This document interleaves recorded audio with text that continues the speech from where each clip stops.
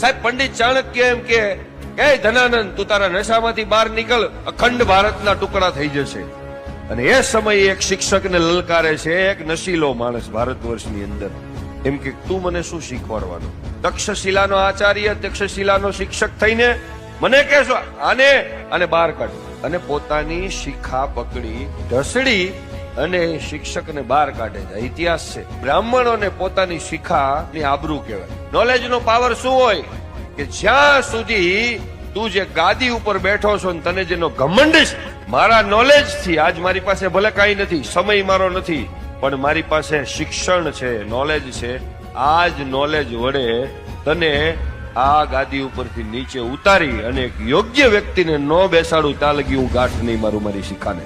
આ હઠ આ શિક્ષકની હોય છે. એક નાના અમથા ચંદાને ચંદ્રગુપ્ત મૌર્ય સામ્રાજ્યની સ્થાપના કરી અને એના શિક્ષણ દ્વારા, એના નોલેજ દ્વારા 3 પેઢી સુધી એક જોરદાર શિક્ષકના આધારે 3 પેઢી સુધી આ ભારત વર્ષની અંદર સક્સેસફુલ રાજ ચાલ્યું. બિંદુસાર અને અશોક સમ્રાટ ચંદ્રગુપ્ત મૌર્ય, આ 3 પેઢી સુધી 1 નંબર, કોઈ પણ જાતની અવ્યવસ્થા નહીં એક શિક્ષક કરી શકે.